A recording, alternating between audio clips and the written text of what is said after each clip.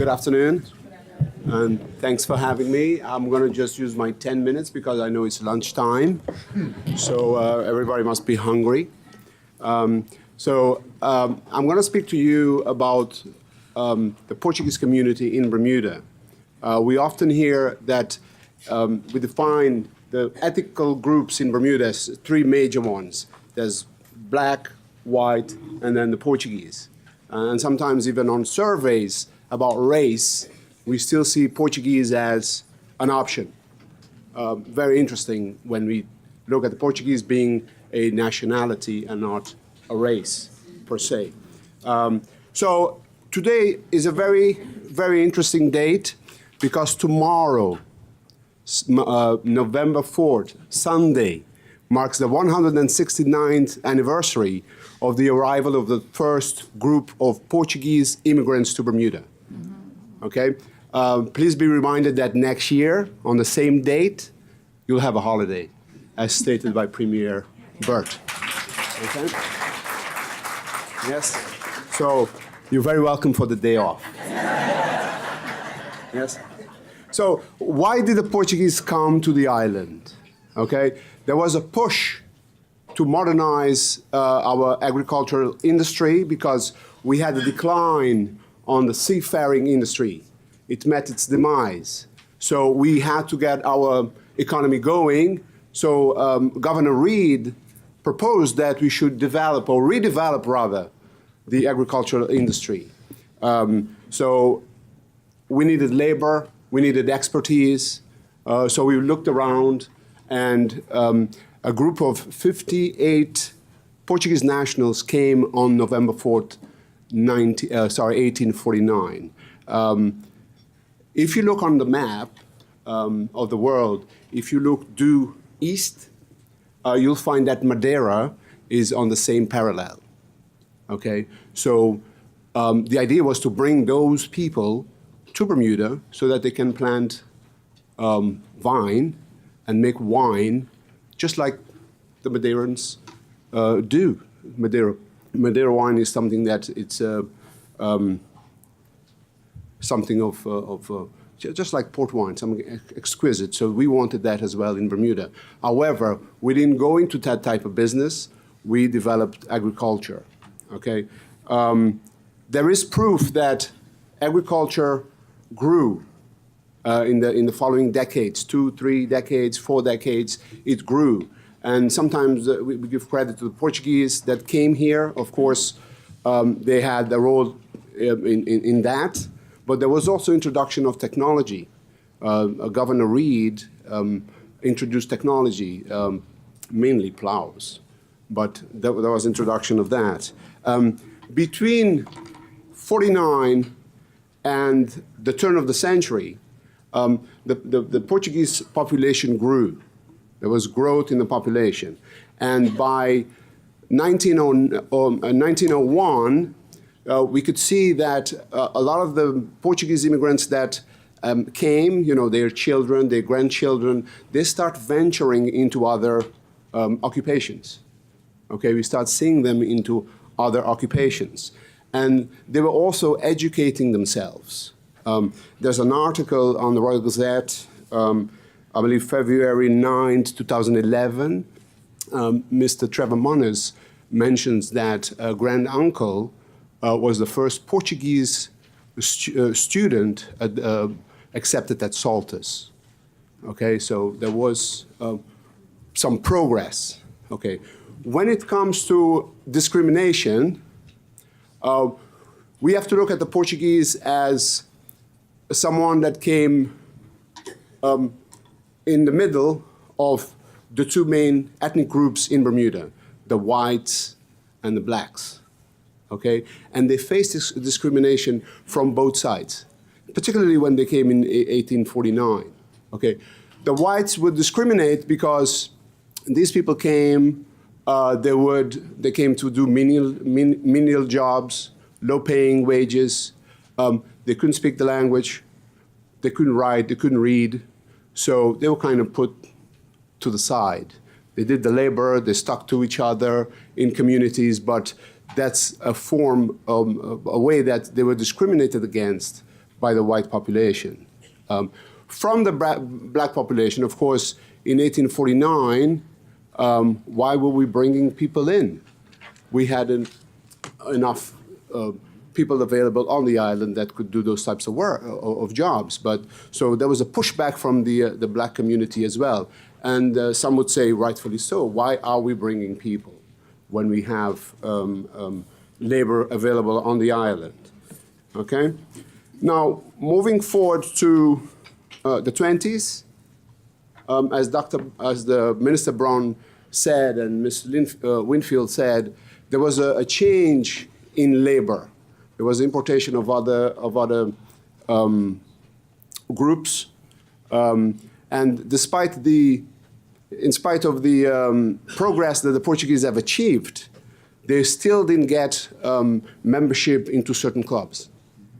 So they formed their own club, Workmen's Club, in 1935, and it's still open today. It's Vasco da Gama.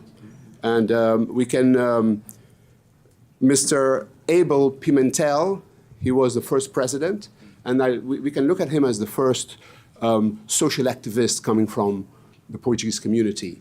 You don't accept us, we can create our own. And the club became a center for culture, a center where the Portuguese could go and get help, get educated, get assistance. Okay, so the club is still a very vibrant club in Bermuda. Over, well, 85, 90 years, it's still in operation. Okay, as was mentioned before, with the stricter immigration rules, the Portuguese living on the island, the newcomers, not the ones that were here in 1849, but there was strict rules, and the Portuguese were unable to bring their wives and their children. Okay, so one can imagine that in those days they couldn't travel back and forth as we do today. So they would lose important years in the life of their children. Their formative years, the parents would be away from them. Okay, there was a priest, Father Macedo, Father Felipe Macedo. He was an advocate for the Portuguese community, and he fought for that rule to change. So in 1958, there was a change, and from then on, the Portuguese living on the island, they could bring their wives. In fact, there's an article in the Bermuda magazine that says that he performed up to 1,000 weddings. So people that united or reunited, and boyfriend, girlfriends, and then they got together and he got them married. Okay?